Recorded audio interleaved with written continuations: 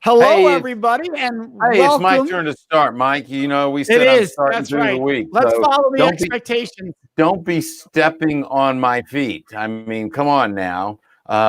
It's Mike and Sam, and today, rather than being at 1 o'clock Central Time, as we told you yesterday, it's 3 o'clock Central Time, and had a few things that we needed to take care of, but we want to make sure that we're here for you. Had an interesting thing happen yesterday in Mike's exuberance. You want to tell the story, Mike? Absolutely. So yesterday, I was in the middle of finishing up some details on an event I had done, a virtual event, and I was running like crazy in my mind. And Sam said, "What are we going to discuss today?" This is yesterday's show. And I said, "Oh, I've got this great thing on patience." And he went, "Oh, I had this great thing on expectations." I said, "We're doing your thing. We'll go with yours." So he's like, "All right, expectations it is." And I said, "Now I just need it quiet for 2 minutes while I finish this." And after 2 minutes, we start the show, and I go, "Today we're talking about patience." After Sam was all ready to talk about expectations, and the look on Sam's face was like, "What?" And it was a great example of me not listening to the expectations and delivering based on the expectations we discussed. And so today we're talking about expectations. Yeah. And I think expectations are powerful, and they're powerful in several ways. The question I would ask you is how do expectations impact you, and what are the expectations that impact you on a daily basis? Who's putting these expectations on you? Because we have expectations that we place on ourselves.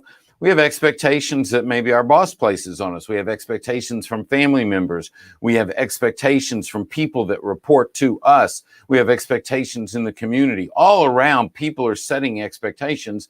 And then we either go about trying to respond or not respond.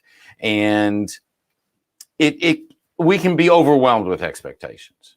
We can. And a lot of times it's what we put on ourselves, right? We can either put too low of expectations or put a lot of stress with super high expectations that might be great goals, but not reasonable necessarily. And by the way, hi, Holly. We love that. So anybody watching, write down where you've made expectations, or what are the expectations you're feeling in this world today that we all want a little help with. Yeah, so I see expectations in two ways. There's outbound and there's inbound. And on the outbound expectations, that we set expectations for the people around us. I might set an expectation that with you, that we're going to show up at a certain time, we're going to do a certain thing, whatever that expectation is in the relationship. If you're the one that's setting expectations, it's really critical to make sure that you communicate them and make sure that the person that you're working with hears them, understands them, and then they can live them. But if you're not communicating clearly and you haven't confirmed that, then they struggle.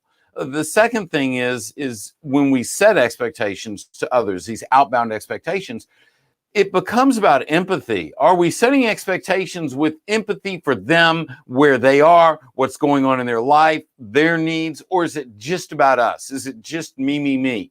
And so those outbound expectations, we really need to take stock and be thoughtful and communicate them well. Absolutely. This is a term I talked about yesterday in the program I was doing, the corporate program, and that is the phrase mutuality. And when it comes to expectations, they need to be mutually understood. If I come in and say, "Here's my expectation to you," and it's a talk down moment, well, that's a dictation. That's a demand and a deadline. It doesn't even sound like I have anything to do with this expectation. So that puts a lot of stress on me because I'm not bought in, versus drawing me into that conversation, bringing me into that.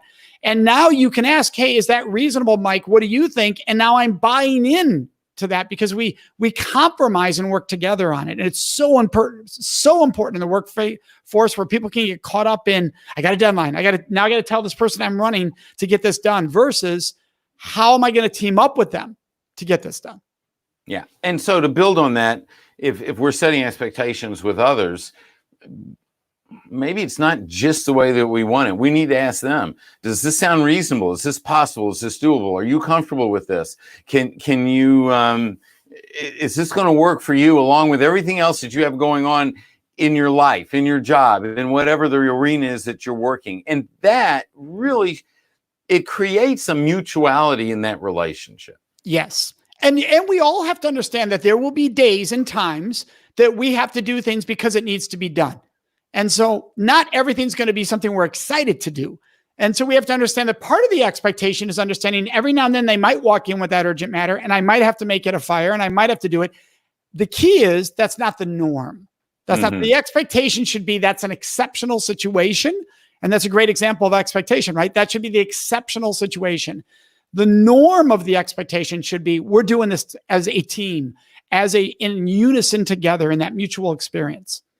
You know, expectations can be around jobs and specific duties and things that we need to get done, but expectations can also attach to values, a way of thinking and a way of acting. Leaders set expectations in an organization that this is how we do it here, that we act with integrity, that we communicate in an open manner, we provide feedback, that we participate in the community, whatever their values are. And that leader should also be in that environment setting expectations because that's going to shape the behavior of everyone in that culture. Well, yeah. And it's a great example of role modeling. Role modeling is the ultimate example of expectations because what you role model is what people will expect of you in the future, by the way, and of other leadership. If you're a leader, they're going to expect that to come around. I'll give you a great example of this yesterday. Somebody reached out to me after that program yesterday and said, we have somebody in our C-suite who is constantly yelling and screaming at people and nobody ever takes them on and it's not the CEO. What do I do? And then they explained, we have a new CEO. And I said, that new CEO is the key here because if they allow it, no matter what you say, if the new CEO allows it, you got trouble. So exactly. You got to team up with that new CEO and set the expectation that this ain't the way it works here anymore, because this never should have been the way it worked. But the expectation needs to be set early. It's why coaches can always come in and be really hard and tough to start and then lay back a little bit, because otherwise you set an expectation of, I don't work that hard. And you want to set the expectation high, reasonable and high.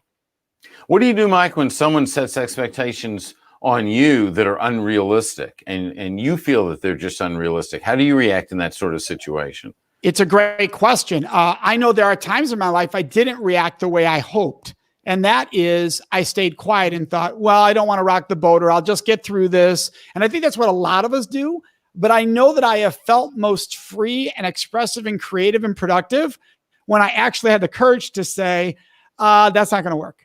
Like, that's just not like, I just had to be honest and say that's not. You are defined by what you say no to. Yeah. And then they're like, what? Why? And then when you tell why, they're like, oh, I didn't realize that. And you were afraid they were going to be cruel or mean. Look, if they're that cruel or mean, you probably, if you can, are looking for a different job, if you can. But if they're not, they're probably going to understand on some level. Doesn't mean it's always going to work, but it's certainly freeing to know you declared your boundaries. Right. And those expectations that are unreasonable, you know, they could, if you're the CEO, those expectations could be coming back onto you, or at any level could be coming back from someone that reports to you or someone that you report to, either way. And having this open, frank conversation is just really powerful, because otherwise you're going to disappoint someone. Whatever the expectations are set to, you won't be able to deliver on them. And then there's going to be animosity. You know, Sam, that this is true, that there are large corporations and organizations that they bring people like you and myself in to do a program so they can all walk out and go, new expectation, and they don't have to be the bad cop, right? Because everybody came into that room and agreed, yes, we love what you're giving us. We love accountability. We love mutual relationships in the workplace. We love it. We're all out here together. And now there's a new expectation, and they bring us in to help create that. And then they get to live it. And the leader has to be on board to make that work. Yeah, that only works when we're being brought in usually, or the leader's part of that process by the leader. Yeah, 100%. One last thing on expectations.